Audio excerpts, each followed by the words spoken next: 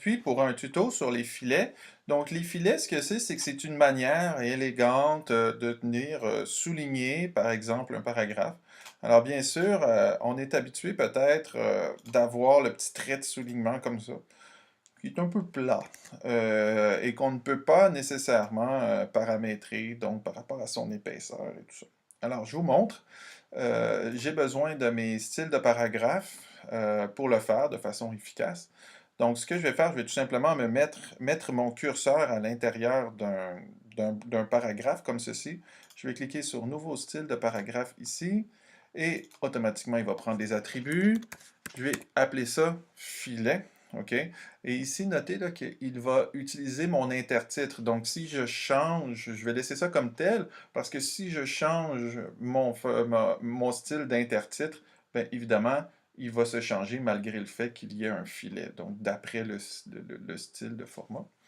Et je vais aller dans filet de paragraphe, par exemple, et là, je vais juste cliquer filet. Alors là, automatiquement, ça me fait un filet. Déjà, ce que je remarque, c'est que le filet est de la largeur du paragraphe.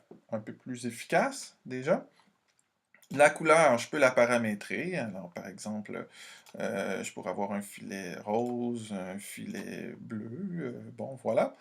La largeur, est-ce que c'est la largeur de la colonne ou la largeur du texte? OK? Là où ça devient intéressant, c'est que je peux jouer avec l'épaisseur de mon filet. OK? Voyez-vous? Donc là, ça vient souligner toute ma phrase. OK?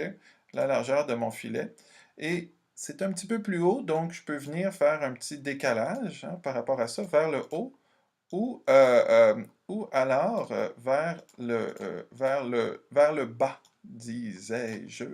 Et donc là, à ce moment-là, j'augmente un petit peu l'épaisseur, puis je me retrouve avec une belle ligne. Ici, peut-être que je vais venir juste changer la couleur de mon texte ici pour que ce soit peut-être plus heureux. Donc voilà, ici, filet de paragraphe, puis on peut jouer avec ces différentes options-là. C'est facile, puis ça nous évite, évidemment, d'avoir à faire des